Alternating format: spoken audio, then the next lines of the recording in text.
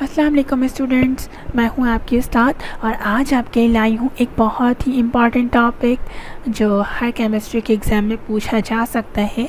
यहाँ तक कि जॉब इंटरव्यू के अंदर भी क्वेश्चन बहुत दफ़ा पूछा गया है और आप प्रैक्टिकल का वाइवा देने जाएं तो ये क्वेश्चन तो आपसे ऐसे जनरल नॉलेज के तौर पर पूछा जा ही सकता है। That is difference between organic and inorganic compound. आखिर क्या फ़र्क है इन दोनों के अंदर। चलते हैं वीडियो की तरफ। और वीडियो शुरू करने से पहले बस एक छोटी सी गुजारिश कि आप प्लीज़ मेरा चैनल सब्सक्राइब कर लें, ये फ्री में होता है। नीचे दिए गए रेड कलर के बटन के ऊपर क्लिक कर सब्सक्राइब करें और साथ में बेल के आइकन पर भी क्लिक कर दें ताकि आपको मेरी आने वाली हर वीडियो सबसे पहले मिल सकें। Number 1. Organic compounds are compounds essentially having carbon atom in the structure along with other atoms. Organic compounds ऐसे कंपाउंड्स होते हैं जिनके पास कार्बन का एटम होना लाजमी होता है। दूसरे एटम्स के साथ कार्बन एटम का स्ट्रक्चर उनके कंपाउंड के अंदर होना लाजमी होता है। और अगर इनऑर्गेनिक कंपाउंड्स की बात की जाए, inorganic compounds are compounds that do not essentially having carbon atoms in their structure. Inorganic compounds के पास लाजमी नहीं होता कि उनके स्ट्रक्चर के अंदर दूसरे एटम्स के साथ कार्बन एटम मौजूद हो, जबकि ऑर्गेनिक कंपाउंड के अंदर ये लाजमी है कि कार्बन एटम का स्ट्रक्चर उनके कंपाउंड के अंदर मौजूद हो। ऑर्गेनिक कंपाउंड क्या शो करता है? ऑर्गेनिक कंपाउंड ज़्यादातर कोवेलेंट बॉन्डिंग शो करता है। अब ये कोवेलेंट बॉन्डिंग आखिर है क्या? कोवेलेंट बॉन्डिंग होती है दो एटम्स के दरमियान म्यूचुअल शेयरिंग ऑफ इलेक्ट्रॉन्स। जब भी दो एटम के दरमियान म्यूचुअल शेयरिंग होगी इलेक्ट्रॉन्स की तो उसको हम बोलेंगे कोवेलेंट बॉन्डिंग। ये सिंगल कोवेलेंट बॉन्डिंग भी हो सकती है, डबल कोवेलेंट बॉन्डिंग भी हो सकती है और ट्रिपल कोवेलेंट बॉन्डिंग भी हो सकती है।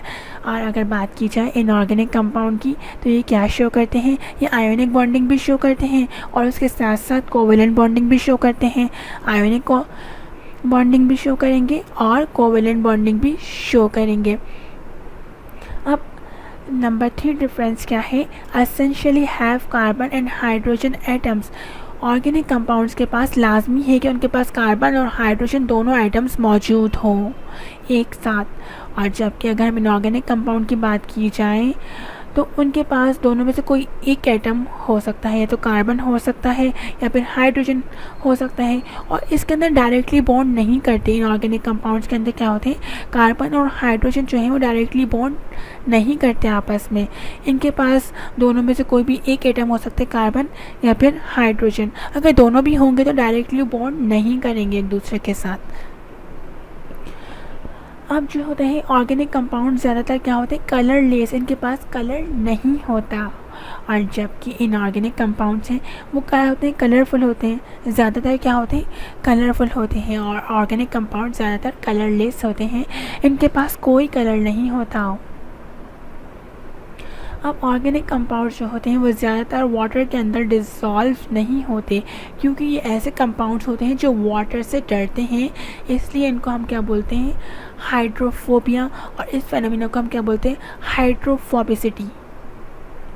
फोबिया मतलब खौफ और हाइड्रो मतलब वाटर। ऑर्गेनिक कंपाउंड्स ऐसे कंपाउंड्स होते हैं जो पानी से डरते हैं। इनके पास क्या होती है, हाइड्रोफोबिसिटी होती है, जिसकी वजह से पानी से डरते हैं और ये पानी के अंदर डिज़ोल्व नहीं होते।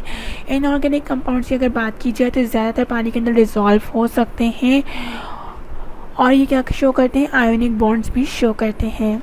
उम्मीद करती हूँ ये वीडियो आपको बहुत पसंद आई होगी और ये आपके लिए बहुत हेल्पफुल रही होगी, क्योंकि ये आपके एग्ज़ाम का एक क्वेश्चन सॉल्व करवा सकती है और आपकी जनरल नॉलेज के अंदर भी इजाफा कर सकती है।